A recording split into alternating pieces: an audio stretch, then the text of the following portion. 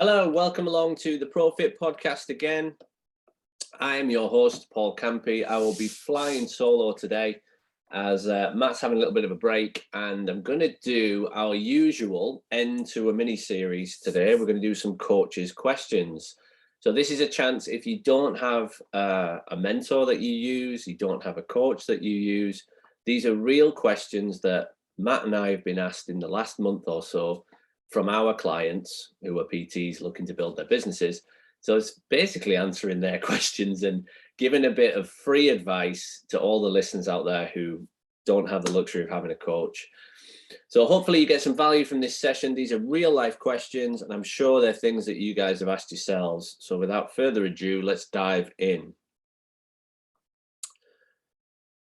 All right, question one. And this was something that I was asked this month, but I have also been asked many, many times in the past, and so has Matt.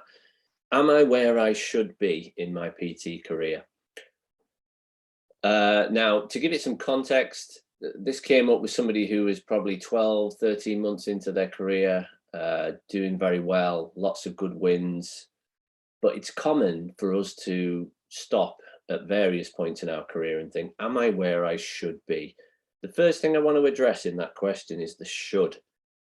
The should implies that we're comparing ourselves to something that is outside of our control. So it might be a standard that we aren't setting. So it might be you're looking around at what other people are doing. You see another PT doing better than you on Instagram or doing better than you on another social media platform, and you think, why am I not doing those things? So that can be quite a dangerous thing to ask yourself. What should I be doing?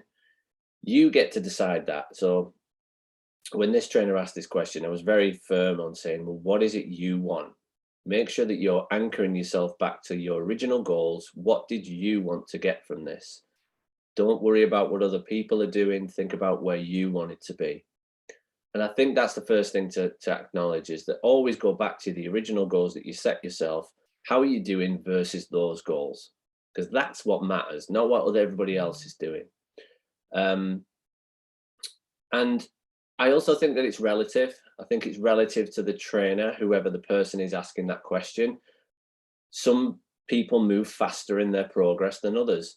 Some people have more responsibilities outside of their career that they need to take care of. For example, if you haven't got any kids, or you have, maybe you're a PT entering the industry with a second job and responsibilities, and you need to build things a little bit slower.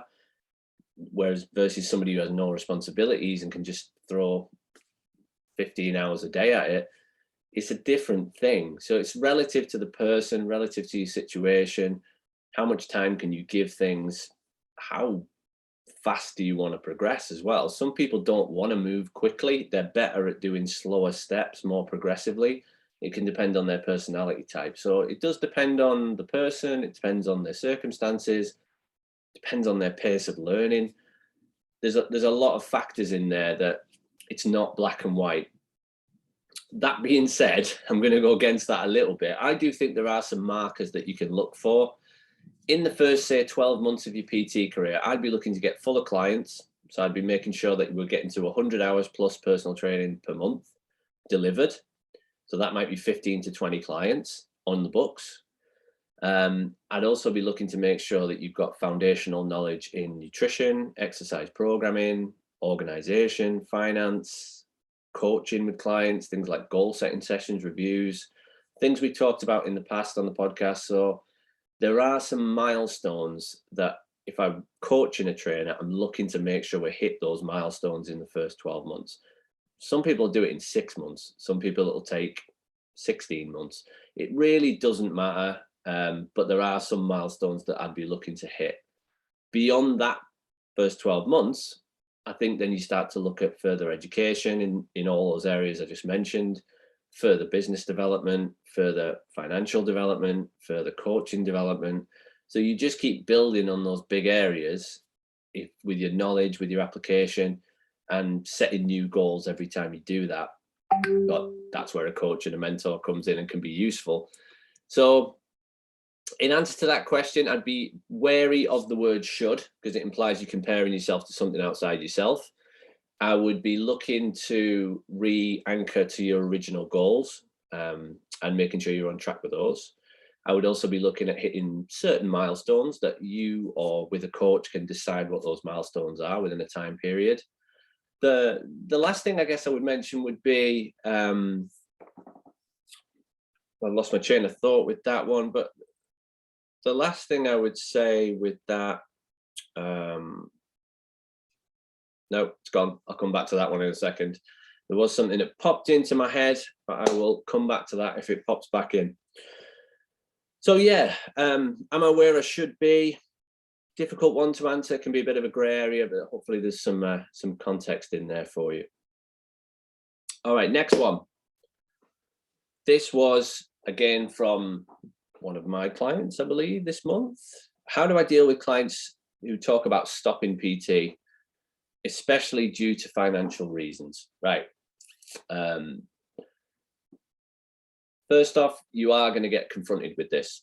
There are going to be clients who talk openly or who drop subtle messages about stopping their personal training.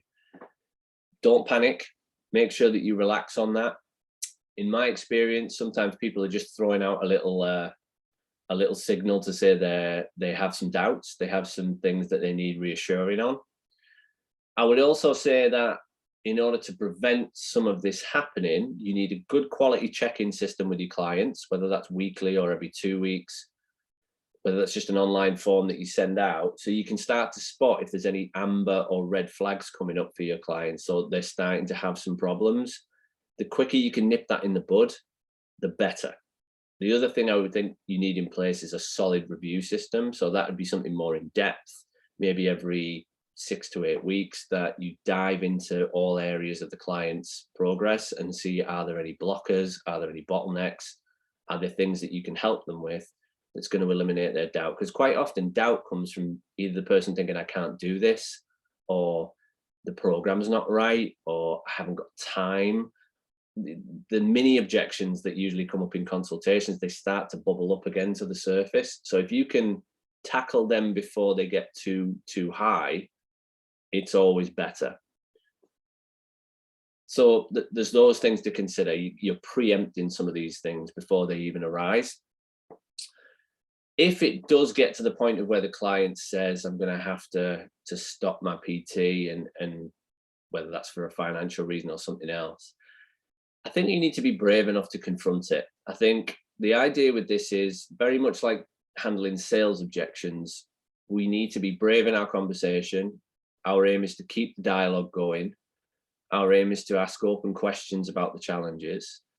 And through having those conversations in a calm, cool, collected way, and asking open questions or finding out more information about why they think they need to stop, we'll find solutions. And that's what we're looking for here. We're looking for a win-win.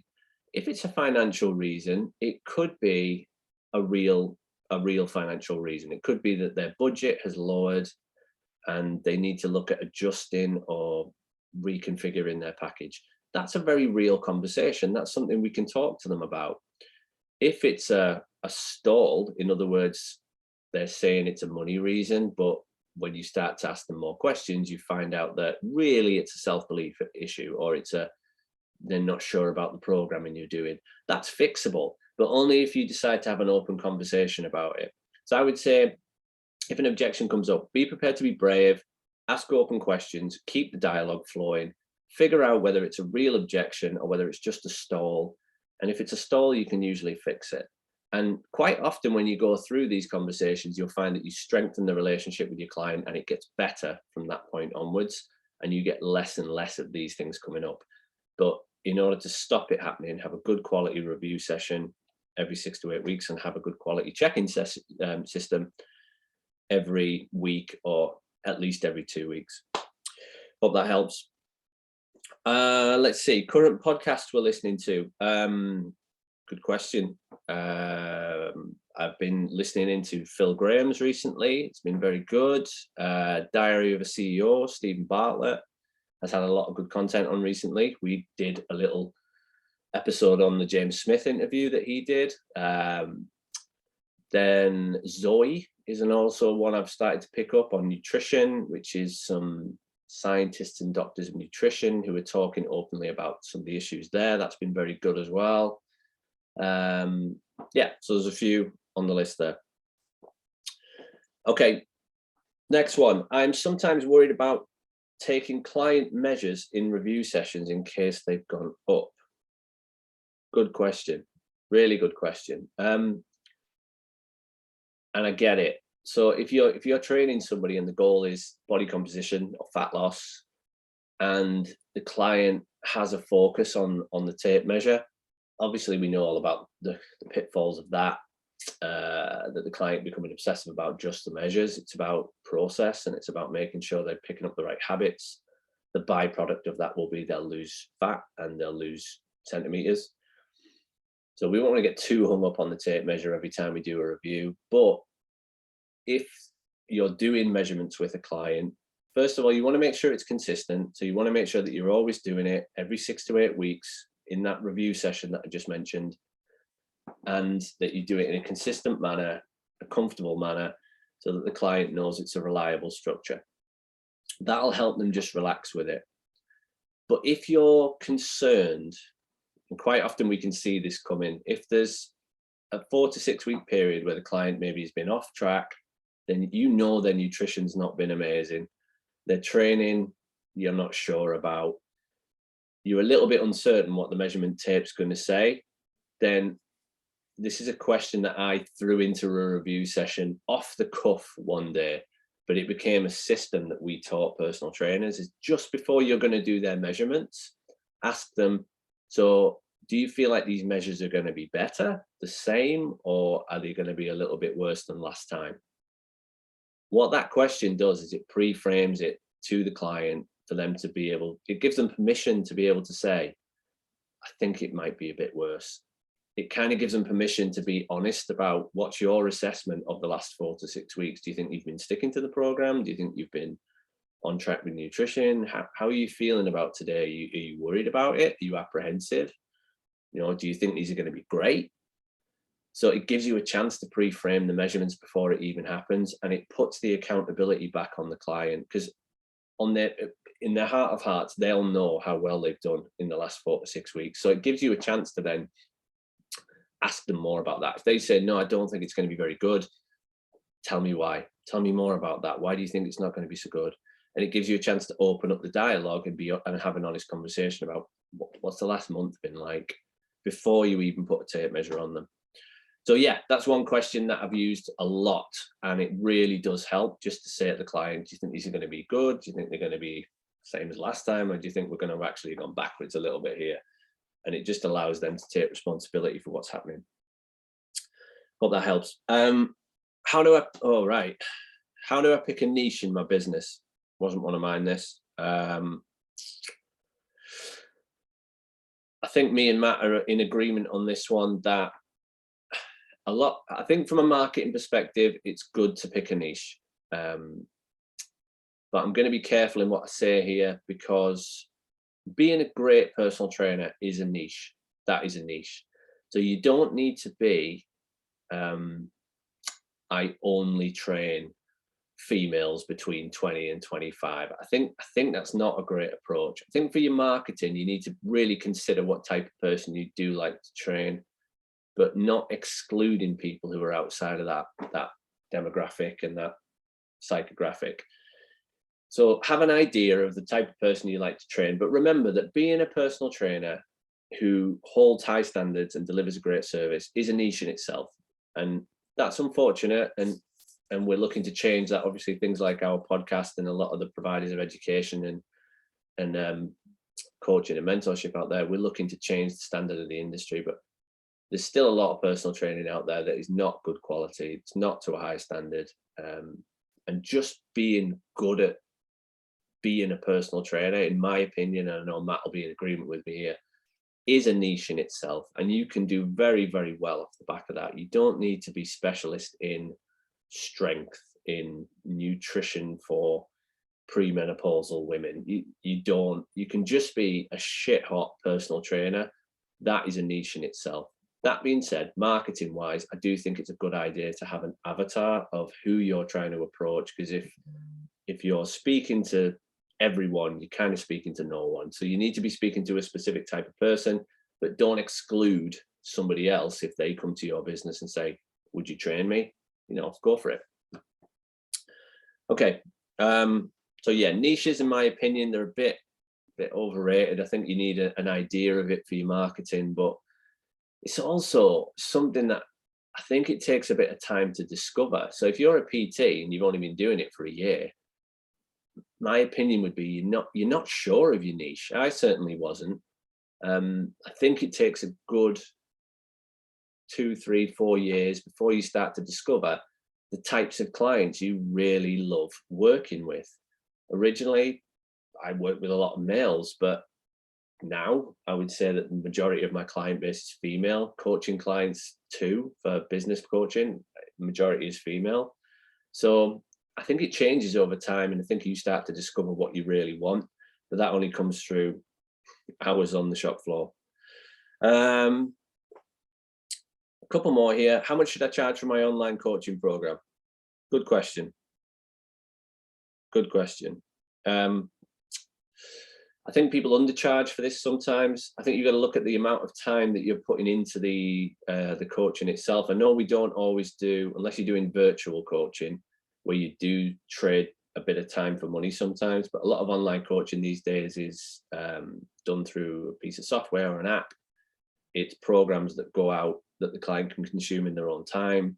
There might be some kind of group check-in weekly or every couple of weeks. So it's relatively time inexpensive for the coach. But I think you still need to factor that in. I think you need to factor in that if you are £50 an hour for your regular coaching, how much time does it take to coach your clients online and be reflective of that in the price?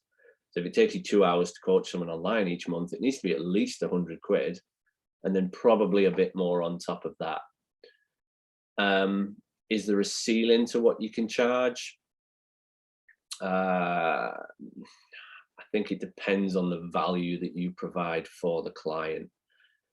So there's things that I think are undervalued when you're a coach for clients, and I've seen this when people do things like price increases, is remember that if someone builds a relationship with you over time and they trust you and they are fully engaged in what you say, and they believe that you understand them on a level that not a lot of people do, there is huge value in that. And if you wanted to up your prices at some point, the client is very unlikely to want to change trainer because of that price increase, because what they'll lose is they'll lose that trust, they'll lose that relationship, they'll lose that understanding that you know them better than anybody else, and they'll be willing to pay more for that.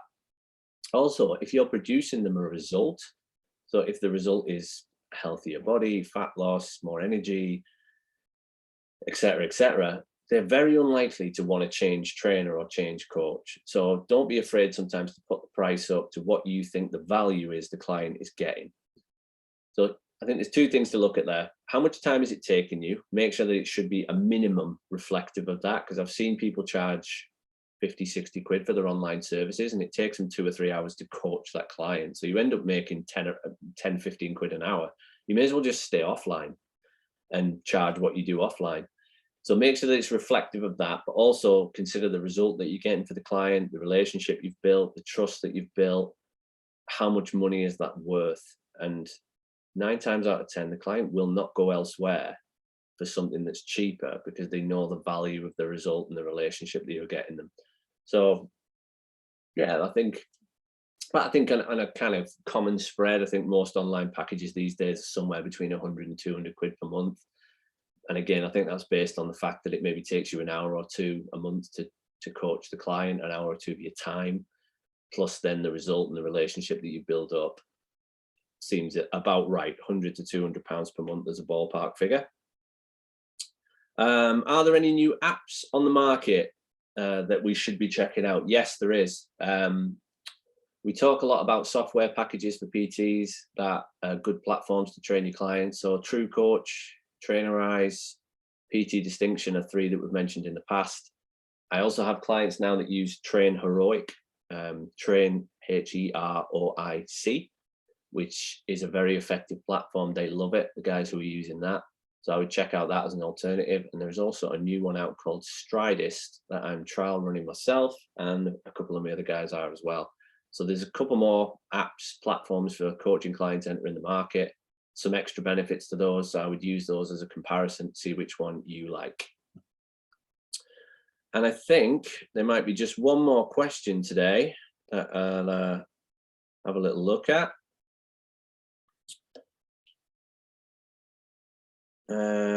And this was one from Matt that we added on to the end here.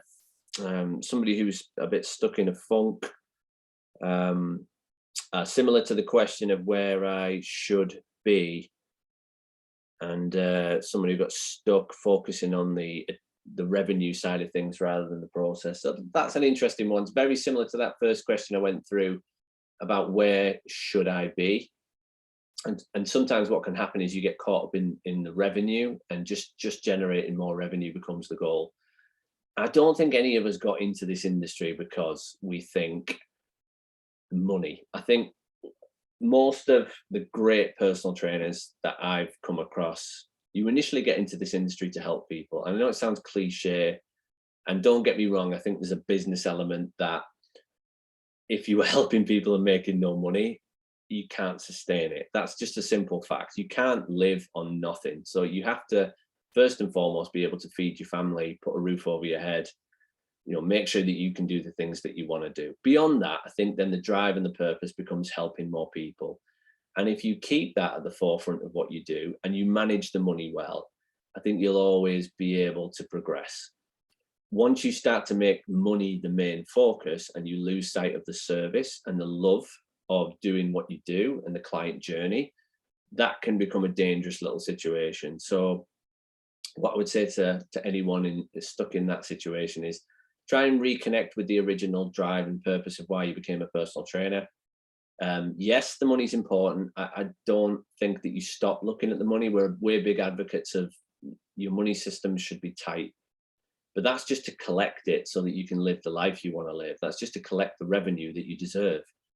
But the main focus of being a personal trainer or a coach is to help people, and that should always be at the drive of what you do. So it might be just falling back in love with the process of being a personal trainer would be my advice here. Think about what's great about it. Think about what you love about it. Be grateful for the fact that a lot of what we do is living in our pajamas and talking to people all day. That's something I've used in the past to give people an idea of our job is amazing. We work in tracksuits and basically our pajamas and chat to people all day and try and get them healthier. And we serve a product that is so positive for people and helps people live better, stronger lives. And what's better than that? So try and reconnect with the journey, fall back in love with the service that we provide, and reconnect to some of those original goals is what I'd say with that. Much the same as the answer to that first question. Guys, I hope that's helped. That's a pretty quick fire episode around some questions that we've been asked this month. This video will go on the YouTube channel as well so that people can tune in and see the answers to these questions. We'll be hitting you up with another mini series coming up, and we'll do another batch of coaches questions after that one. For now, have a fantastic week. My name's Paul Campey, your host, signing off for this week, and we'll see you next time.